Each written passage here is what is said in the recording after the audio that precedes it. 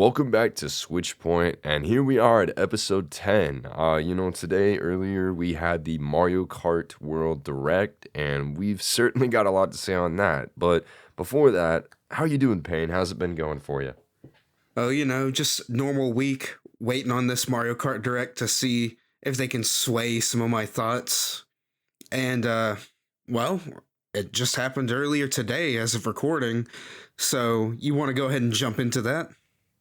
Yeah, so, I'll be honest, the Mario Kart World Direct, most of the information was stuff we kind of already knew from whether that be, the initial reveal of the game, the website, previews, or even, the Nintendo Switch 2 experience and people getting their hands on the game.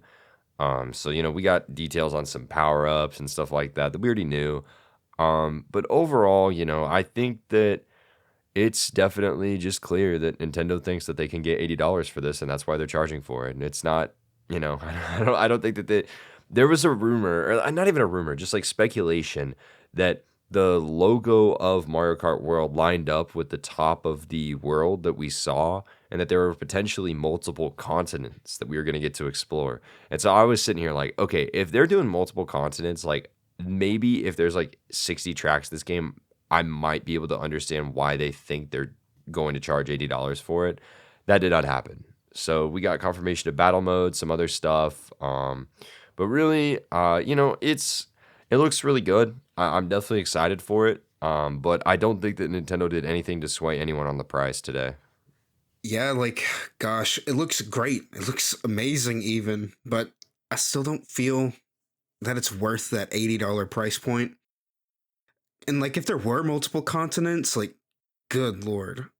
Sadly, that'll probably be next year we'll probably get like a $20 DLC pack or something that adds more. But at least I'd say that after watching this direct, I'm really impressed by a lot that they're doing. Because just, gosh, all the the new trick stuff, that's going to be awesome for getting around. That, although that rewind feature, I'm really, really just confused on it. I get how it works, but is that just something you're gonna be able to pop off when you want? Oh, I messed up hitting this thing and rewind when you're playing with other people. Even I get they still move forward and stuff, but it's just, is it worth doing that? I figured that'd be more of the tour mode or the a training type thing. Yeah, I like the one thing that I don't, I mean, I don't know. It's definitely interesting. It's very Forza Horizon, right? Oh well, I haven't played Forza, so I don't have a Okay, clue. well, so this rewind thing is a thing in Forza. So you actually can use this, and this game is just very Forza Horizon, to be honest. But yeah, you can actually use this rewind thing in Forza to kind of get back and rewind. But that actually affects like everyone. This only affects your character. Um, I don't know. I mean, I think that it's definitely a strange feature for Mario Kart. I think it's cool, but I do think that it kind of takes out of the novelty of like, if you really mess up, like you're kind of screwed. And even then, I mean, I get that, it only affects you. So you get put behind everyone else. But at the same time, it's like, I don't know. I think that's making things a little too easy, personally. And I feel like that's an easy way to screw yourself in certain races. Because if someone really knows that course, I don't know how rewinding could save you from. I just don't see how that'd be the best strategic decision in some cases. So I guess it Yeah. it kind of balances out, but it's just strange. I'm very curious what went into the thought process behind choosing to add this. And, like you said, I think you're gonna have like I think there's gonna be very few instances where this is going to actually benefit you. It seems like it's a very high risk, high reward potentially if it works, but like it's a super high risk move. But I will say, I mean, I get that like people want this to be a thing of, whatever. But I really do feel that this is like, Oh my goodness, like, we've gotta be accessible to everyone. We can't have a game that's too hard. It's like, I don't know. I'm like, the whole point of Mario Kart is like, oh, you screwed up. Guess what? You're screwed. You gotta go get an item and hopefully get a bullet bill, you know? Yeah, and so I was also thinking about the coin mushroom item that they're adding, or not mushroom, but shell. Uh-huh. Are they removing like the 10 coin cap for like the speed boosts? Because that just seems like an item you would maybe need once in a race unless you're really getting pounded by items. Yeah, I'm not sure. I think that I mean, I don't know. I mean, I will say I do know that we definitely are there's no coin cap at least. It's not 10 anymore because they showed footage last week of like the elimination, the battle royale mode. And there was a character with the UI that had 11 coins. So I know that 10 isn't the max anymore for sure. Okay. Um, but yeah, that's gonna be interesting. I mean, and I will say, this is kind of off topic from items, but like for me, the biggest problem that I have with this game, and not even my biggest problem, but just something that I think is so almost just ridiculous, is the fact that like every costume for every character is a separate character. Like that is so dumb. Like that's makes the menu so ridiculous to get through on the character select screen. So I'm really hoping that that gets condensed down and you can kind of just okay, you click Mario, you have a sub menu to pick which Mario you want to play, Instead of like, okay, let me scroll through 16 or 20 pages to find the Mario that I want to play. It's like, "Oh my gosh." Here's the Mario page, here's the Luigi page. It's just crazy, man. It's so over the top for no reason. It's like this weird minimalistic like menu design thing they've been technically doing since Breath of the Wild, I feel. But I didn't have as much of an issue with like the inventory management in that game. But I felt like things started getting out of hand with like Tears of the Kingdom with all the combination and fusion stuff. Mhm. Just having to go through these menus. And now we have it in Mario Kart. Yeah. Yeah, and I will say, so like in terms of we were talking about battle earlier, like they confirmed that like we're just getting balloon battle and coin runners. That's it. That's also really disappointing for me Mhm. because the new Grand Prix and knockout modes are pretty robust and match like the game perfectly. But it just seems like the battle content, here's two things, and they're their own separate arenas, which I guess on one hand is nice, a designed battle area with things going on. But how come these couldn't be incorporated into like the big open area? That's just kind of the whole vibe this game's going for. So the battle content feels a little tacked on to me. Mhm. And like I'm surprised that like, like like there's nothing for what's it called? Oh my gosh. Shine Thief. There's no Shine Thief here. Yeah, Like like, it's a huge downgrade from Mario Kart 8 Deluxe in terms of the battle mode.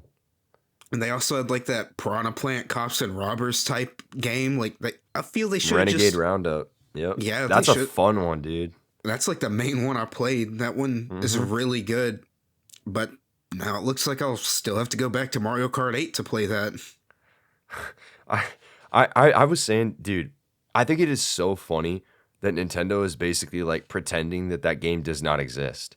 Because you'll notice, like, we have seen like, okay, free updates are coming to Mario Odyssey. We're getting updates for Breath of the Wild, Tears of the Kingdom, but you're ignoring the game that sold 70 million copies on the Switch, pretending it doesn't exist. So there's not going to be any upgrade on Switch 2 for Mario Kart 8. Like they're just pretending it doesn't exist, which is so funny to me. I mean, I guess it already ran 1080 60, but come on, we couldn't get like 120 FPS mode even? Like, tours get, or not tour. I keep saying tour. World. Yeah, World. yeah. Yeah, where's our phone game port to switch to? That's what I really want. Anyway, but yeah, I just feel like there should have been a little more. It really does seem like they dumped everything into just this new world. Because even the missions almost feel tacked on. No, we definitely got to talk about that. Like, so we talked about last week. Like what are our predictions? What do we think? So one of the things that I talked about was like I think it would be really cool if this free roam mode, which is basically like, it was advertised as you can drive around the entire world with your friends and, just explore. It's like, okay, great. But what is there to do? And so one of the things we talked about was like, it would be really cool if Nintendo essentially added in like, hey, this is how you unlock all the characters. You have to beat them in races in the open world and free roam, kind of acting as a campaign, which was like, I was like so on board with this. And yeah, unfortunately, they basically were like, yeah, you're gonna get missions like the ones we got in Mario Kart DS. And you're gonna get some missions and some P blocks and some secrets to look at. And I'm like, I just can't help but be a little disappointed. And I don't want to be like, don't get me wrong. When we're talking about this stuff, I'm a little disappointed. Like, I'm super excited for this game. I'm going to buy it. I'm really looking forward to it. But I will say, like, I definitely wish there was just a little more with this mode in particular, because I feel like that was a chance to do something that hasn't ever been done before in Mario Kart, and I feel like they kind of just dropped the ball. I mean, I'm not gonna judge it until we get the game, but at least from the outside, it kind of does feel like that. Yeah, I'll give them this. Some of those challenges do look really fun and do look like they incorporate, these new platforming tricks and all kinds of other stuff. So I'm sure most of them will be fun. But I just don't like this detached feeling of here's this big world, but you hit P switches to do a mission. I couldn't talk to like a Mario character or something, and they give me the mission. Like, it just doesn't feel like an actual world at that point. Yeah. No, I mean, I agree with you. I mean, it definitely feels like that, the world was the big focus for in those two modes, knockout and Grand Prix. And then everything else has just kind of been an afterthought. It does feel like that. Yeah, and because I feel the food going through the drive-through and getting that's incorporated somewhat naturally. A drive-through, you're never leaving your car, you don't got to talk to anyone, and you get like these outfits. That feels like a nice natural incorporation that doesn't, tear you out of the game. But I feel Yeah. like for this big world with missions, they didn't even have to do like everything you got to talk to someone. We could still have like P switch missions. But I feel not having any interaction that we can see, like from the direct or any other footage available, that just doesn't make it feel like a world to me. Yeah. It's I don't know, man. It's gonna be really interesting to kind of get our hands on this and experience it. Because, like, I'll be honest, like, I even still, internally am kind of wrestling with this idea that, yeah, a lot of these courses are kind of in between areas, right? Like, I'm still kind of wrestling with that idea. Yeah, I think it's cool to be able to, oh, you got to scramble and drive to the next like course. So that's neat and everything, but honestly, I almost think they should have offered a mode where it is just course to course. Because Yeah. there's a lot of interesting things that I'm sure that can happen in your downtime, like quick downtime, hitting the road and going to the next one. And it seems like it might be semi-gated when you do a Grand Prix. Because I think I remember at some point them mentioning, in the actual free roam mode, that there's roads that you can't access normally.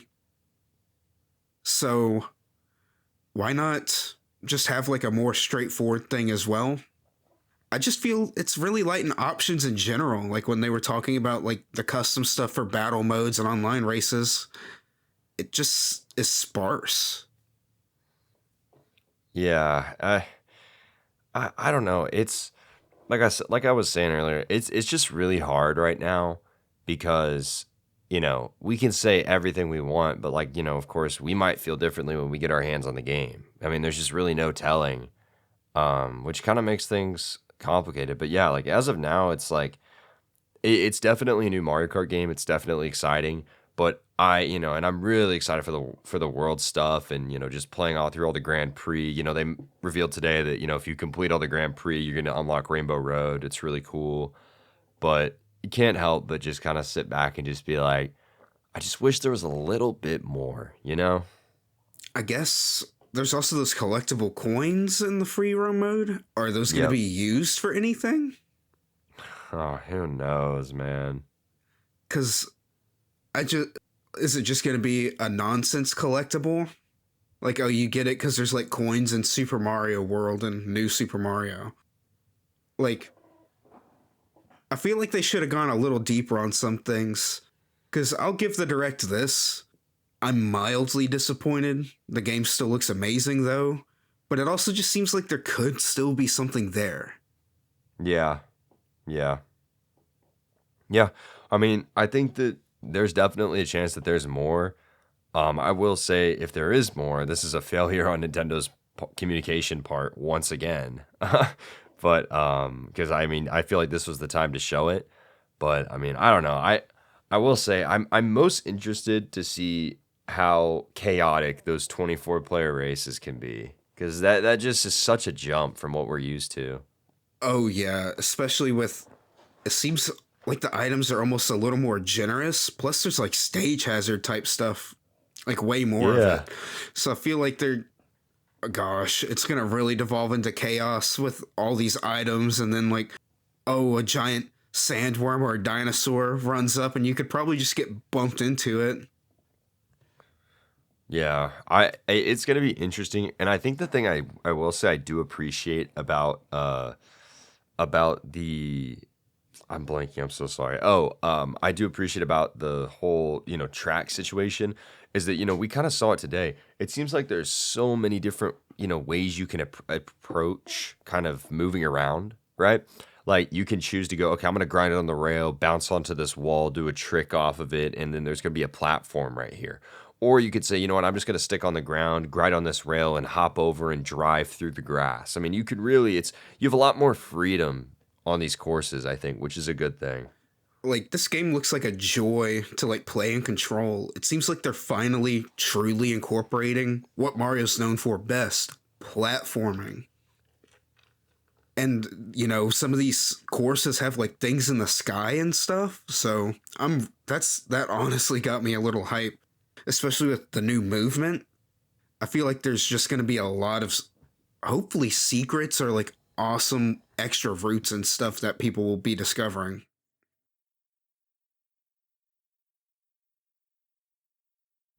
Yeah, man. I mean, I think it's gonna be, gosh, like I definitely think there's gonna be a ton of secrets out there that people are gonna catch, and that's gonna be the most exciting part, right? Like, oh my gosh, what's gonna be? I'm interested to see what you know people online on social media are gonna be posting, like, hey, I just found this in the world. That's gonna be really cool to see, kind of what people can find. I wonder if there might be like Easter eggs in the environment or something. That would be sick.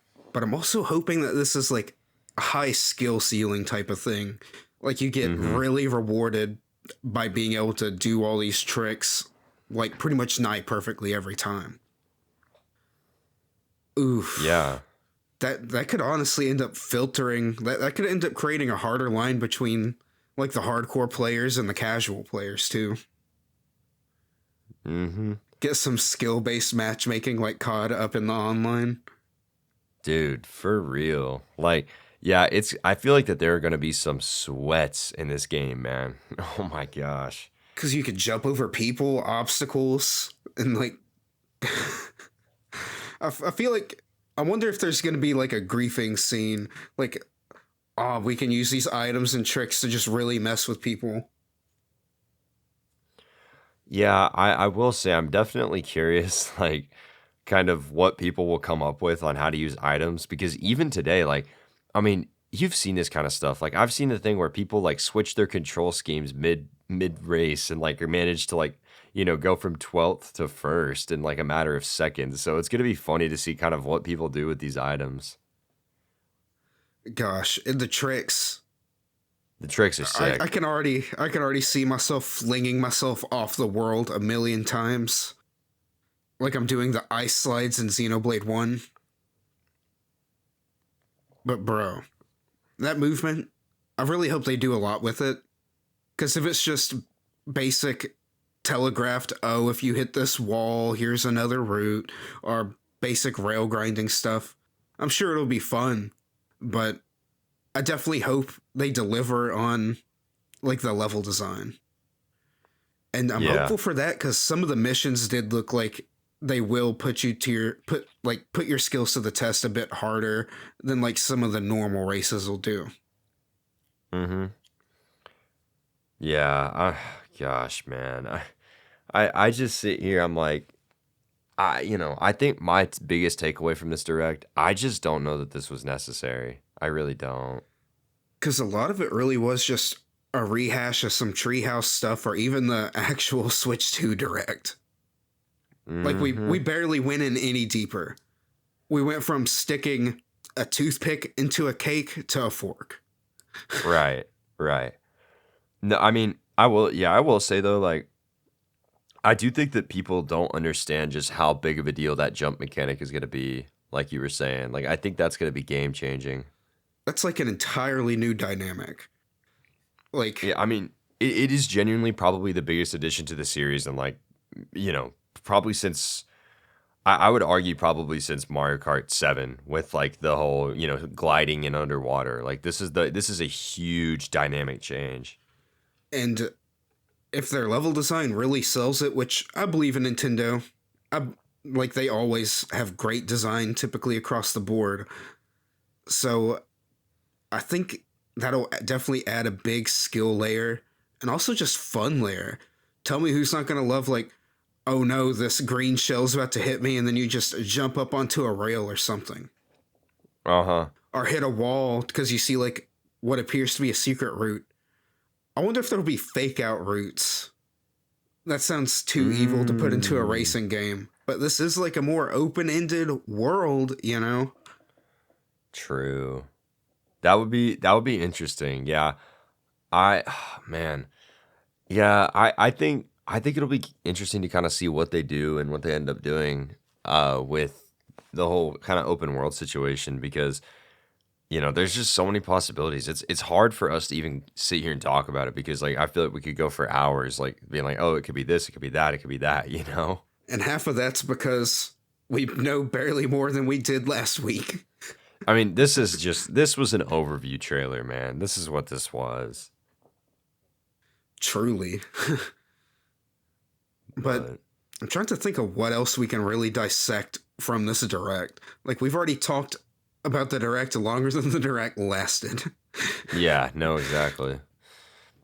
15 minutes was like, oh, gosh, I don't know, man. Like I said, I came out pretty just whatever. I was like, I shouldn't have woken up for this. Luckily, I didn't. I watched it a couple hours before we started recording. There you go. So, who's the real winner here, Noah? You are for sure. You didn't have to wake up and watch it. Thankfully, there were like no articles that had to be written though for the most part. So I do like how the game looks. There's a lot of bounce and stuff to like the characters and cars now. yeah, yeah.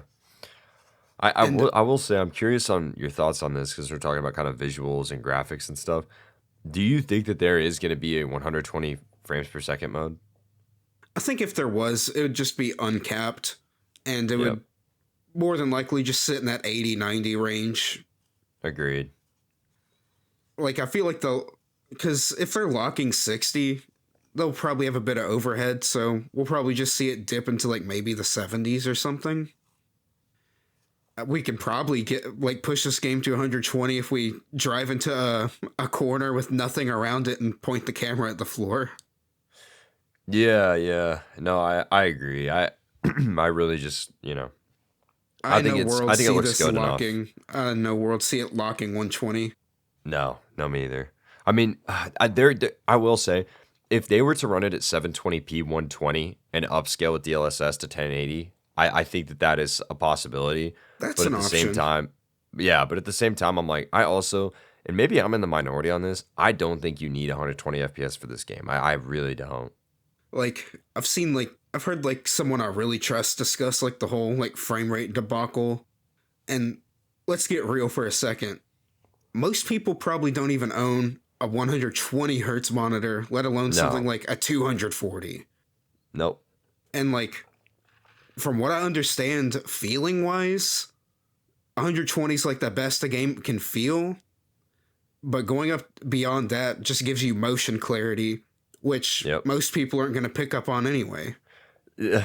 That's that's so funny you say that because I was talking with my brother a couple weeks ago, and he was running into some driver issues with his 2080 Ti, and on he's playing Marvel Rivals having some issues, and I was trying to explain to him because he was like, it's such a difference playing but 180 versus 144 FPS. I'm like, it's really not. Like, you cannot perceive that.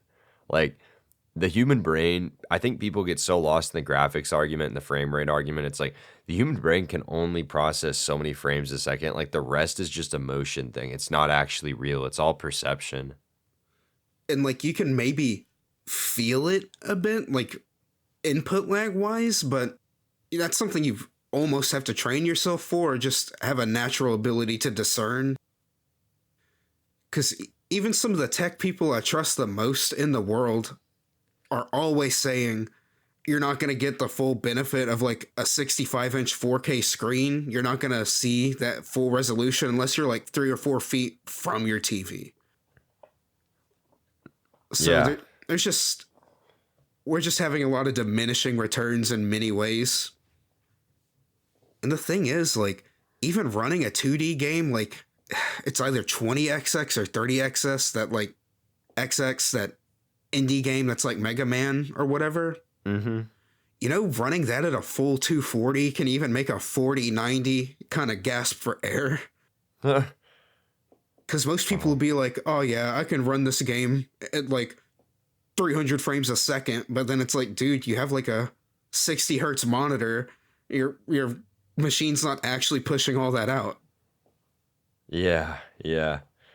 No, it's I mean, yeah. I will say I talking on this, frame rate stuff, it's like the only way that I think that it makes sense to have that mode is for handheld because you have that 120 hertz screen. Yep. Um, and I mean, that's really nice. Don't get me wrong. I mean, honestly, like if we're being for real, um, I personally think 90 would be great. 90 would be great. But I mean, whatever they want to do is fine. 60 FPS is fine. It's gonna look so nice on that screen. Everything, all the videos have looked amazing. Um, but I will say on Mario Kart, it has been really funny to see people talk about the price, and people are like, "Oh, Nintendo is doing this, but this company's doing this, and they're better." It's like it's a corporation, man. It's like you've got to detach feelings at a certain point and just look at this as an entity, which is what it is. Nintendo thinks they can make more money doing this, they're gonna do it. And if they can't, guess what they'll end up doing in the long run? Drop the price, drop the price, drop the price. Like, They were active today in the chat. I'll tell you that much. They were all over the chat. gosh. And how many of them are going to end up buying this, going into All debt? of them. All of them. Like some hard numbers came out like recently about how many Japanese people in their like 20s to 30s spend on gotcha games. No way. How much is it? Like that severely affects like 20%, like where they worry about making rent. 20% of people spend money Tw- on gotcha games? like 20% of young adults, like which is like 20 to 30. Like, so like a fifth of them like have crippling gotcha addictions. Are you serious? Yes, where they're Is that like, worldwide?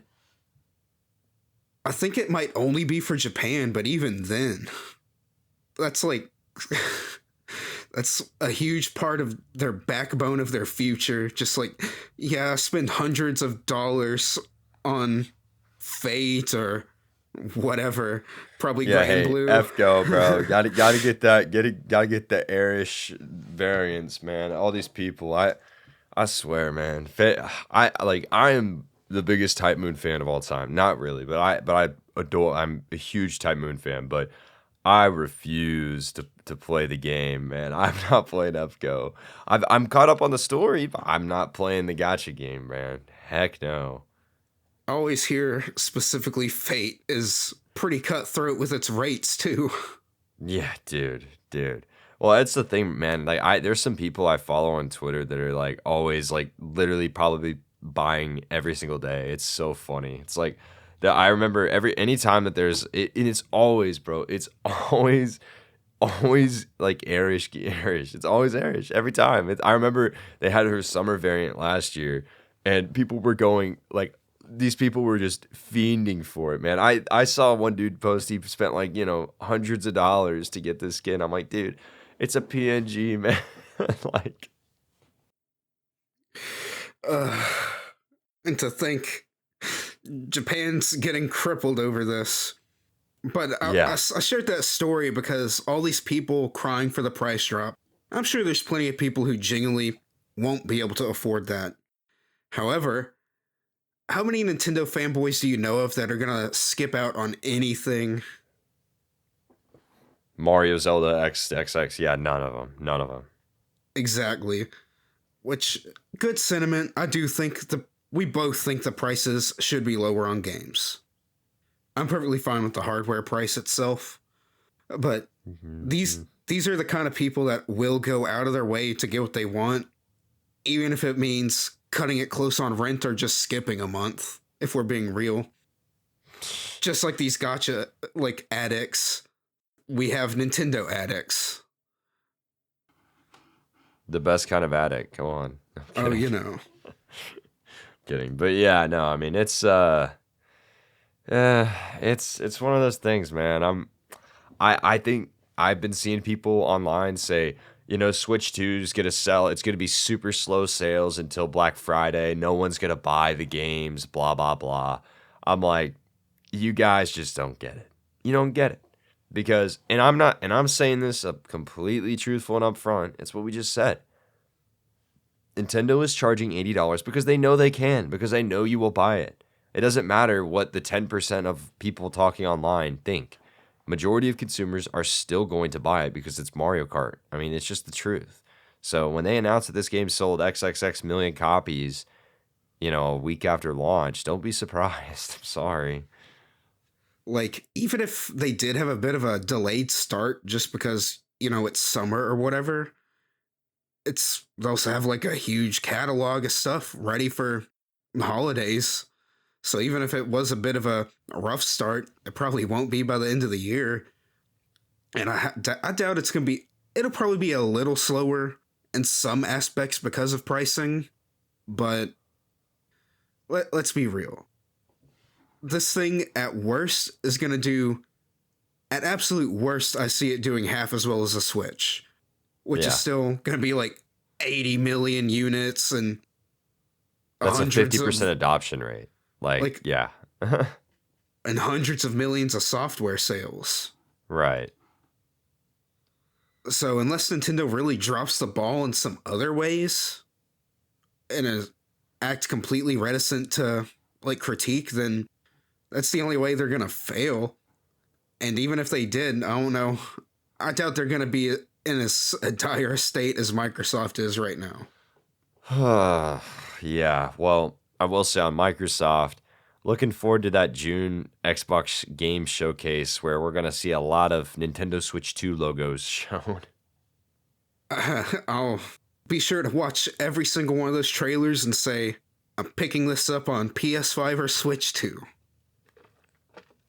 That's what they think is the future, is putting their games on everything and focusing on game software sales, which I mean, I mean, no shame in it. Sega had to no. do it. Yeah. Well, and I mean their approach to it is interesting too because like, you know, hey, you guys, if you stay in the Xbox ecosystem, you can get Game Pass. You don't have to pay for your games, but if you want to play on Switch or PS5, you can. You're just gonna have to pay full price. I mean, it's I mean, I don't know. We'll see. I do think I will say off topic of Nintendo, but with Microsoft, they've definitely hit their, this year's release slate has been really solid. I think they've definitely hit their stride with it.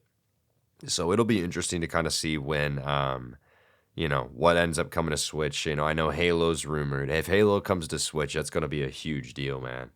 It's gonna be like the first, like, death, like, knell ring. Like, Halo's on everything. Honestly, I just think Microsoft probably should just, yeah, we own all these software companies. Maybe we should just go software. I Yeah. mean, that's the reason like Xbox's parent company, Microsoft, got famous. Huh, I wonder what's on like these billion computers. Windows. Like Yeah. if they just, I feel like if they just settled in, they'd be some great software people if they got their crap together. But yeah, I don't know. It'll be interesting. I think, when we're talking about Switch 2 third party support, like this summer is gonna be really telling. I'm so tired of all these people online just shooting the Switch down. Oh, it's a it's lower the PS level PS4, this, that, blah, blah, blah. It's like you guys are gonna get proven wrong so fast. I mean, it's like this whole digital foundry stuff, and like no offense to their work, they do good work, but like Digital Foundry over here being like, oh my gosh, the Switch 2, it's not gonna, there's no way it has a 1080p screen. No way it supports ray tracing. No, it's not going to have DLSS. It's not going to support 4K output. And like, look, they got proven wrong on everything. So why should we believe them when they're saying that the Switch 2 isn't powerful?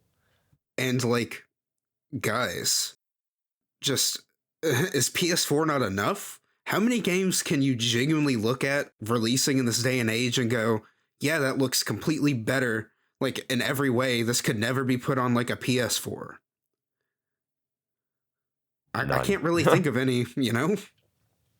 I love FF7 Rebirth, for example, but the main boosts it got from PS5 were loading and frame rate. It's still touched up from like remake, but it's not like melting my PS5. I'm not going on PC and buying a 4090 and being like, you scrubs, this can't run on anything else. Yeah. I mean, I don't know. I think the whole graphics war thing is so funny because it's like, I mean, again, I totally agree with you. How many games have really released in the last like 10 years, even that like I don't think the graphics jump in the last like 7 years has been impressive at all. I mean, we've plateaued. We really have. And like you can read all sorts of stuff from graphics engineers. That's the funny thing about most internet people who complain and do all this other stuff. You guys realize you can just, while you're in this Twitter thread arguing with someone who knows probably just about as much as you do, which is essentially nothing, you could just hop over and find someone who actually knows what they're talking about. Yep. And the thing is, the sad truth is, we've hit a lot of ceilings. We're having to figure out a lot of stuff. Mark Cerny has legit come out and say, like, this TAA stuff, like all the subpixel arrangement and all this other stuff, is the hardest stuff he's done in his career. Mm-hmm. No, I mean, I totally believe it.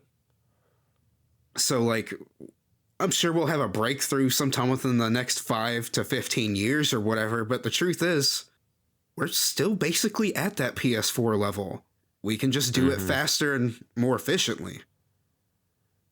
Yeah, I mean, shoot, dude, it's one of those things. I'm like, I think that Switch 2 is really gonna blow people away. I think the fact that people are like, "Oh, Cyberpunk only runs at 1080p 40." It's like that's really impressive. I'm sorry, that is super impressive. And the fact of the matter is, that game is actually gonna be freaking playable on a handheld. And I know people get lost in the whole handheld argument nowadays because Steam Deck. But I'm like, I'm sorry. No offense to Steam Deck owners. You guys act like that you take up this huge part of the market. There's only been 4 million Steam Decks sold. Yeah, it's niche. And all the other portable PCs, no way they haven't done way worse than the Steam Deck. Yeah, no. And the thing is, with both of those devices, be it a portable PC or even the Steam Deck with Proton, you can't optimize it like you can on a console with like coding to the hard metal. Like, Yeah. those are just the facts. No, it is. I mean, it's one of those things. Like I think that they're gonna have to sit down and be like, you know, hey, people are gonna have to just be like, okay, like let's recognize that the Switch 2 is actually, a mass market console that is going to be able to do all these things. It's very impressive. It's more powerful than the Steam Deck, and it's going to be fantastic for people. I mean, the big draw of the Steam Deck is obviously, you know what, you could get super cheap codes on PC and you could play them on your PC and pick right back up on a handheld. That's super great. But with Nintendo, you're getting Nintendo games, and now you're going to get all this third party support. I mean, we've already got huge games this year that have been confirmed. We've got Borderlands 4. Doom the Dark Ages is certainly coming at some point. And I mean, beyond that, I mean, the list just keeps going on and on. I mean, there's going to be so many games coming out to the point that, like, you're just going to have to be like, wow, like, okay, I guess I could just play everything on Switch 2. I mean, we already talked about it. Like, Switch 2, I plan for me at least to be my third party machine, you know? Like as long as it reaches like a couple specific standards I need, I don't Yep. foresee myself buying most of the AA games, especially that I love, on like a PS5. If I can sit and play the new Atelier or the new like HD2D game on my Switch 2 at 1080 60, then I'm happy, you know? I'd only get Yeah. like the biggest of the big on my PS5. Yeah. I mean, that's the truth, man.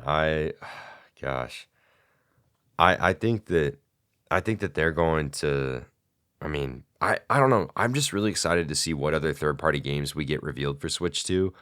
I think that June Direct is going to be really telling. And I think that kind of just June timeline of Summer Game Fest, this, that, you're going to see a lot of games get announced for Switch 2.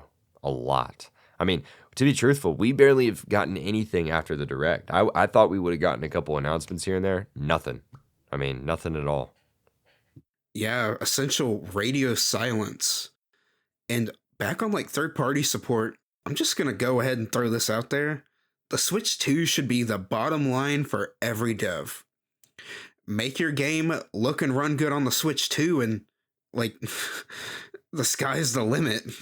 That means it'll run perfect, or should run perfect, on like a PS5 or PC. Like just make the Yeah. Switch 2 your bottom line and make that bottom line good. No, 100%. So I do want to ask because, we're talking Switch 2, Switch 2.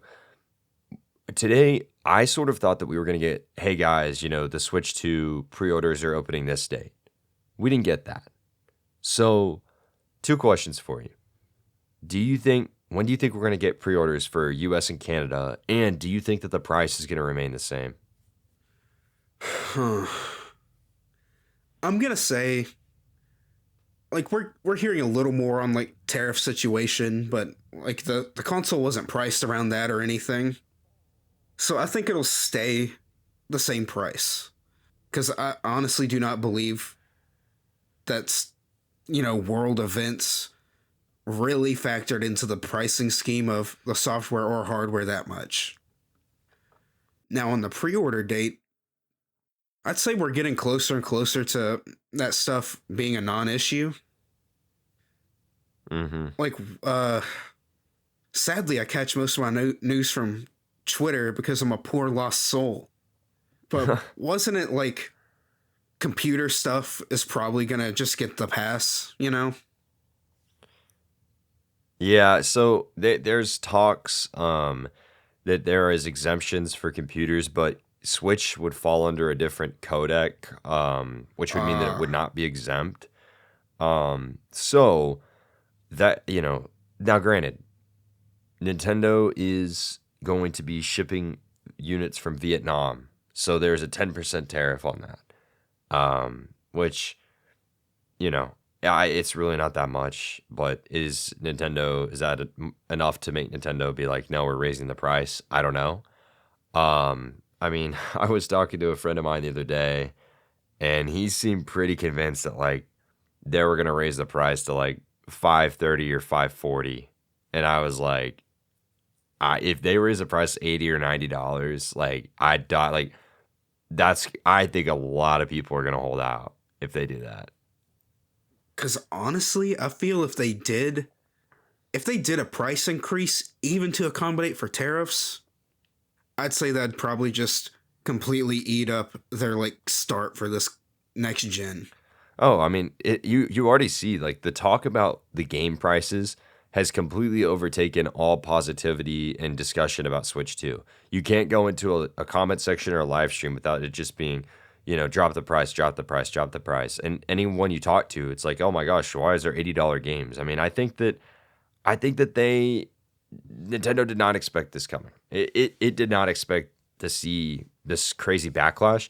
And I think that they are honestly probably a little bit panicked right now because they didn't expect people to be yelling at them to drop the price because people ate, they ate up Zelda. They don't care about prices. So when they did this for Mario Kart, I don't think that they thought that people would react the way they have, but they have. And it's to the point now where I definitely think that, it'll be interesting. I think the smart thing for them to do, which they're not going to lower the $80 price. I don't care what anyone says. What they need to do is they need to come out and actually make an official statement about it. Doug Bowser's comments about, oh, well, this reflects our quality is not enough. Like, you need Furukawa or Nintendo corporate to make an official statement on the console and everything and the price. But I mean, yeah, it's not going to happen. They're not going to do that. I mean, there's no Yeah. way.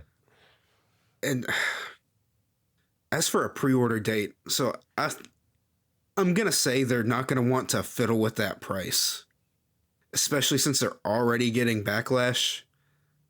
Like if they end up having to do like some insane tariff type stuff, then I think they should just eat that cost, like at least for the moment.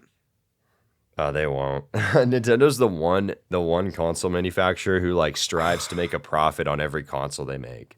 So Switch 2 449 pre-tariff was baked in with profit for Nintendo on every unit.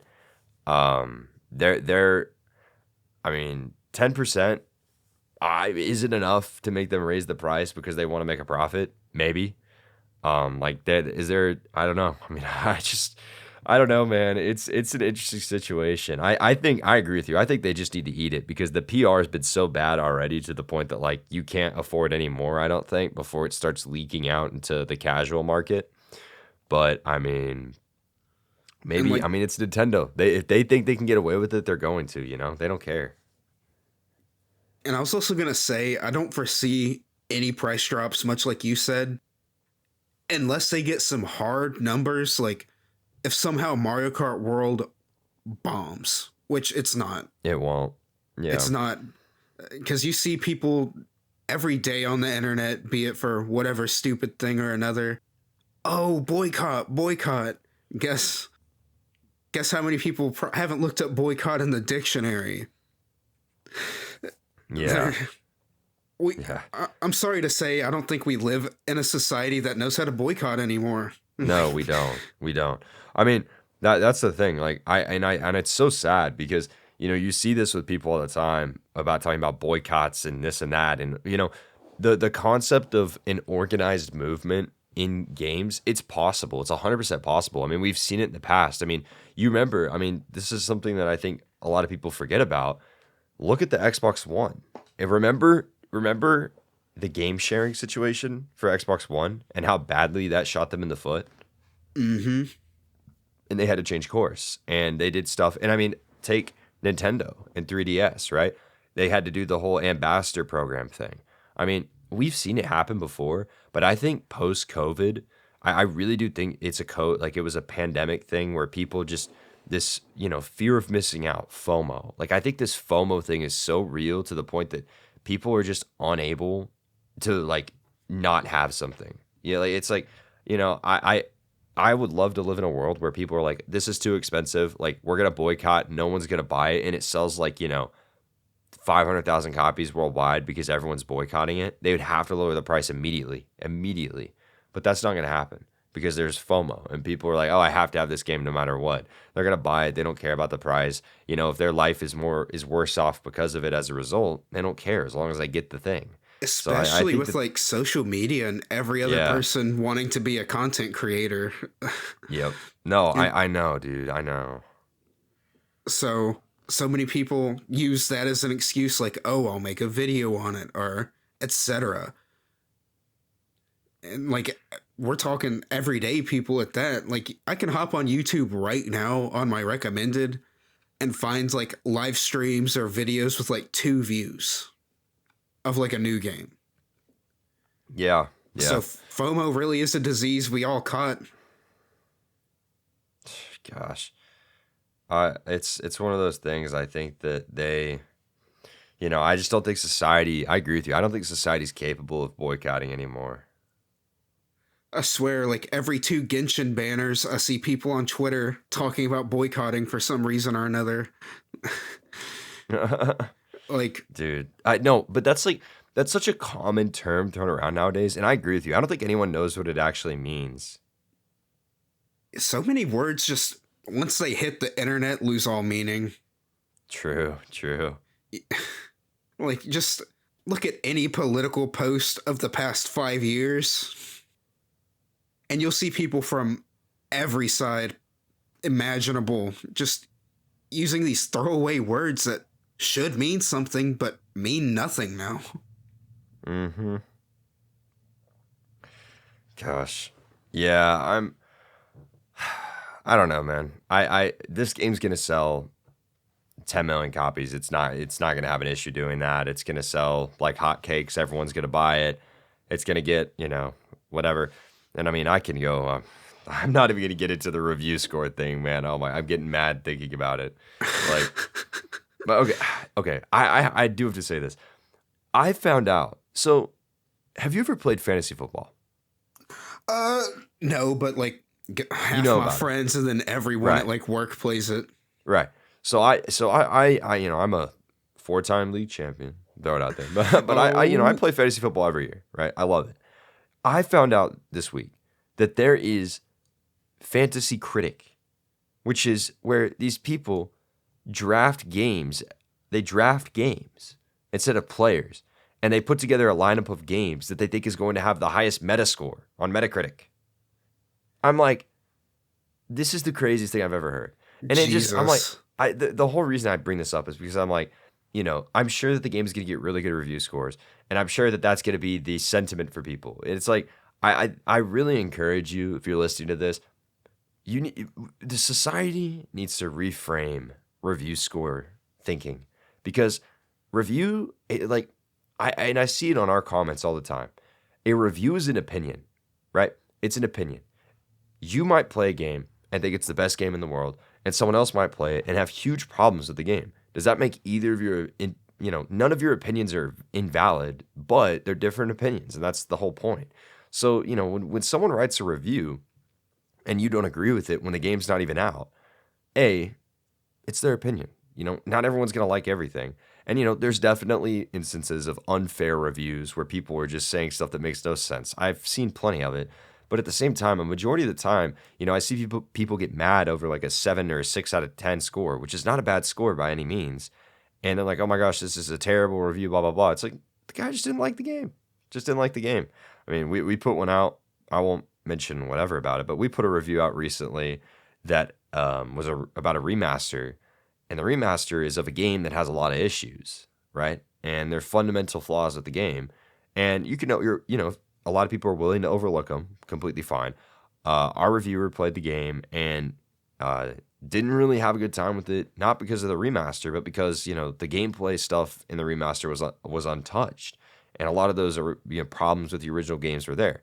So he gave it a certain score, and there are a lot of people mad about it. I got an email about it, about how it was ridiculous that we had a score this low, and it was like, I'm sorry, like it's an opinion. So God I forbid, encourage right? you.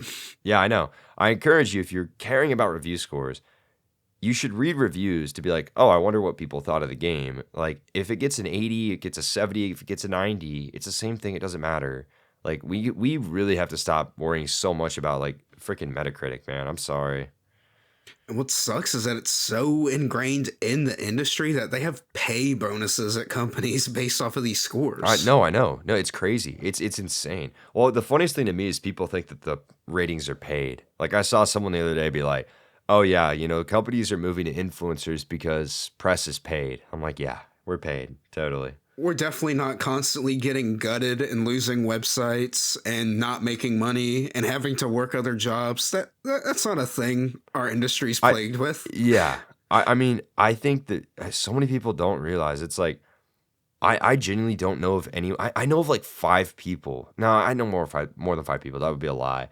But what I was trying to say is like 95% of games media works at least 2 jobs. I mean, at least 2 jobs. It's like Or for I multiple think it's so fun. publications. Like, Yeah, yeah, no, exactly. It's like no, we're totally getting paid.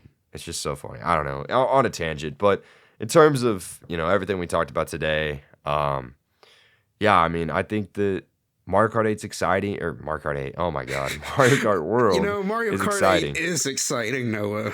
But I will say, I think I was thinking about this earlier. It's really interesting that we're gonna have 96 tracks in Mario Kart 8 and an entirely new Mario Kart game playable on the same system. It's kind of cool. That's nice because usually a Nintendo curse for the past like decade or so is you get like one like game per franchise really outside of Yeah, remasters on a yeah. console. And thank goodness we don't have to worry about not having back compat. No, seriously, dude. I'm so happy about that. I think so many people don't realize how big of a deal that's gonna be. I mean, dude, because I'll be for real. I'm like, I just need them to start confirming more updates for games. Seriously. And gosh, I just had a thought come to my mind. So we're getting GameCube Virtual Console. Or Right. well, whatever Nintendo Online, whatever that branding is. I think we'll be getting Wii next. Honestly, Yeah. And I think the crazy thing to think about is that like that might actually happen on Switch too. If it does, it will happen on Switch too, like 3 years in maybe. yeah, I'm thinking about halfway through they'll just be like, boom, here's the Wii. So then you'll be able to play obviously not everything from these old consoles, but you'll get a nice selection. Mm-hmm. Next, they need to throw in DS. What happened to all those leaks where people were saying, oh, you can hook up your Switch 1 to the Switch 2 for a second screen? What happened to all that? I don't know, man. People were wilding with that one. I'm like, I don't know. I'm really curious if they end up ever doing DS games like that. I still feel that remasters are the way to go for that. I even think GameCube, man. I'm like, I know that they said that it could still happen, but I'm like, gosh, I still hope that we get Twilight Princess Wind Waker HD. Like, I'm sorry, man. Like, please, because, I have trouble picking between Wind Waker and Wind Waker HD just because, like, the art style changes. Like, the lighting really does make the cell shading look completely different. Uh-huh. But Wind Waker HD is just a lot smoother to play. And even on Wii U, it was capped at 60, which didn't always hit on Wii U. But wouldn't it be nice to just play Wind Waker at 60 whenever you want on your Switch 2? Yeah. And they should I give Twilight mean, Princess that treatment. yeah. And I don't want to have to go back to my Wii U to replay the best version of Twilight Princess.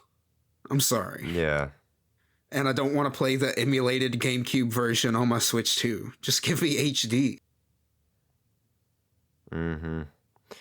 I I mean it's gonna be really interesting to see. It's gonna be really interesting to see what they end up doing, man. Because I'm like, I just like I'm not gonna lie. I mean, we talked about this in our 4 hour episode, which go listen to it if you haven't. We have a lot to say in that one. But I talked. I'm like, man, like I'll be honest, like GameCube games. I was like, yes, and then they showed Wind Waker, and I like literally my smile like just faded. I was like, oh man, like I just want the HD versions, man. That game is so beautiful on Wii U, and it's like, that game does not deserve, but neither game, like Twilight Princess or Wind Waker HD, they do not deserve to sit on Wii U. I'm sorry. Nothing I think it's still does. gonna happen. I think it's still gonna happen this year. I know that's might not be a popular opinion. Maybe even not this year, but next year maybe. I'd say next Because year feels like a good slot yeah, filling opportunity for Zelda because there's no way they're going to have a new Zelda game ready by then, in my opinion. no. Well, the 2D team, no way. We had Echoes of Wisdom. 3D team, no way. I think that next year's the year to do it. I would say this year, but Hyrule Warriors is the Zelda for this year, I believe. So, next year's Zelda, I think, should be Twilight Princess Wind Waker. Because that also They gives you a really game for should. Switch. I think people fail to realize that. It's like that Nintendo wants to keep Switch engaged as long as they can. And, those ports like that are going to give people an opportunity to, still keep their Switch around and buy games for Switch that also will work on Switch too. And so Twilight Princess Wind Waker HD is a great, like, hey, we're releasing this. It goes for both consoles. There you go. Honestly, that's another thing we need to start thinking in. like the cross-platform, because Mhm. we had that Switch Direct right before the Switch 2 one, and we have like, actual big name Switch games coming out up to 2026. Yeah. I mean, So we've we'll got Tomodachi Life and Rhythm Heaven. Rhythm Heaven. Yeah. So I mean, that's next year already confirmed. I honestly think we could be seeing some cross gen up to 2027. True. I no, I agree. I agree. I think, I will say I think third party support for the most part is going to start to fizzle out next year. This year too. I mean, a lot of the games that we got announced are not coming to Switch 1. Um, but I think like indie developers will continue to support it for the next 2 years. But after that, I think things are going to start to get a little quieter for sure. That's something I was thinking about a little bit ago when we were talking about, the Switch 2 sales and how it's going to do. Mm-hmm. I'd say why not just peek on over and look at the PS4 to PS5 jumps? Like, Right. I'd say it's pretty clear that there's going to be a good market because PS5's still successful. Their games still sell well, even if they don't sell astronomically, amazingly how they want them to. Because Spider-Man sold like what? Spider-Man 2 is over 10 million, right? Or just right around it? It's over that Yeah, it's somehow. over. It managed to breach. But look, that did good. The PS5 is selling slightly better than the PS4 was at this point in time. So I think Switch 2 is going to surprise people. I really do. I think it's going to I keep momentum, and at worst, oh, Mario Kart World sold 14 million instead of 20 million or something. Yeah. I think that I think that the Switch 2 will end up with over 100 million units sold. I think that people are vastly underestimating what Nintendo has planned for it. And the fact that you're going to have third party support, I think you're going to see some people that might enter the Nintendo ecosystem for the first time coming from PlayStation or Xbox. So, And unlike most companies, Nintendo, from what I've heard, the 5-year plan's like a big thing for a lot of people. Like you can plan your life around it, your career, etc. Businesses also do this. Nintendo jumps to 10, 15, 20, I think even up to like 50-year plans that they're constantly working on and changing. yep. So, like Switch 2, they have this entire life cycle more or less planned out, and even like a cost change would be minuscule, like in the grand scheme of their Switch 2 plan. Yeah. And like I just said with the PS5 stuff, I don't think $10 is ultimately going to make this, world ending difference that some people are making it out to be. The truth is it'll just sell slightly less than Mario Kart 8 did, Yep. like at No, I worst. mean, agreed. Agreed. And I think also like something that people keep focusing on, like, and it's crappy, don't get me wrong. Like, so the Tears of the Kingdom and Breath of the Wild upgrades are $10, but with Breath of the Wild, it's like they don't give you the DLC. So it's $70 for the base game plus the upgrade, and then you got to buy the expansion pass separately. And it's like, yeah, I mean, I totally agree. Like, I think it's ridiculous, but at the same time, it's like, look how many units of software they've sold since launch, and like, it's been at $60 the whole time. Like, they're just not going to change it. That's how Nintendo is, which is stupid, but it is what it is. And, well, all their data, like throughout this entire Switch gen, suggests people are willing to do it. Yep. And since boycotting and various other things are dead, the worst they'll see is a small hit to sales. Right. Like, and that's not going to be enough to deter them. No, of course not. I mean, you have to imagine it's like if they lose, I mean, I don't know what the break even point would be of like, okay, let's add $10 to the price, but we lose like 5 million in sales. I don't know what the break even point of that's going to be.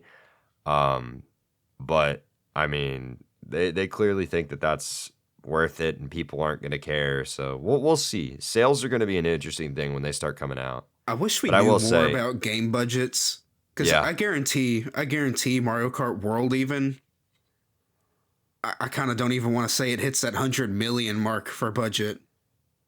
Like, Nintendo games look great, play great, and all these other things, but they don't cost as much to make. So I think even at the $80 price point, they'll probably break even sooner. Yeah, no, for sure.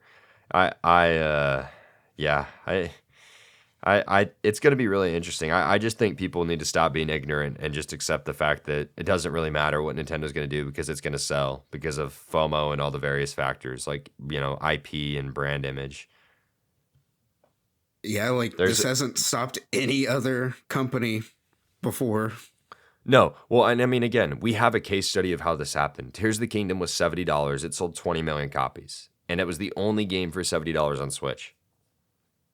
So there was your experiment, and it worked. So they're going to keep doing it, and it's going to continue working because, again, it doesn't matter what you say, you're still going to buy it.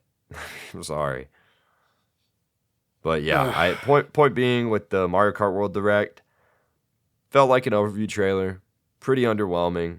I don't know why this needed to be a direct, but good for you, Nintendo. I don't know. they might just be calling anything a direct these days.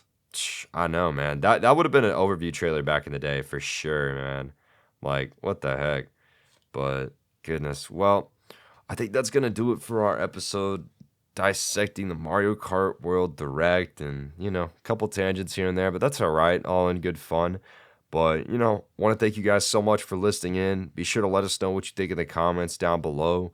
We're really excited to keep leading up to the Switch, and I think starting next week, we're gonna have some pretty fun, retrospective talks as we kind of move from Switch to Switch 2. But yeah, thank you guys so much for listening, and we will catch you next time. I'll be learning how to charge jump my car, so I'll let you guys how that goes next week. We'll see you then. See ya.